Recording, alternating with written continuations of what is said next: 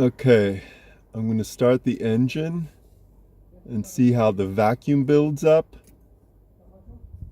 This is connected to the um, vacuum reservoir just before the turbo.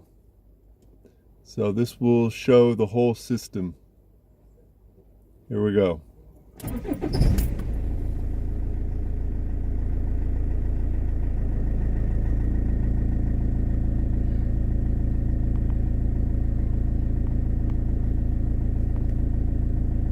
So it looked like it built up pretty decently.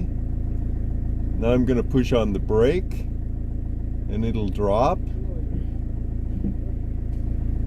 So it drops down and goes back up, builds back up.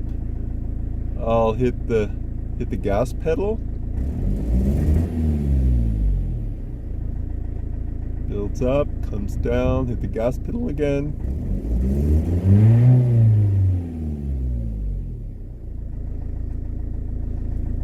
It's going down pretty fast, which I'm gonna have to check into. I don't know why it's going out of focus all the time. Hit the brake a couple of times in a row. 1, 2, 3, 4. Each time it drops down and then comes back up. Now I'm going to turn off the engine and see how long it takes to go back down.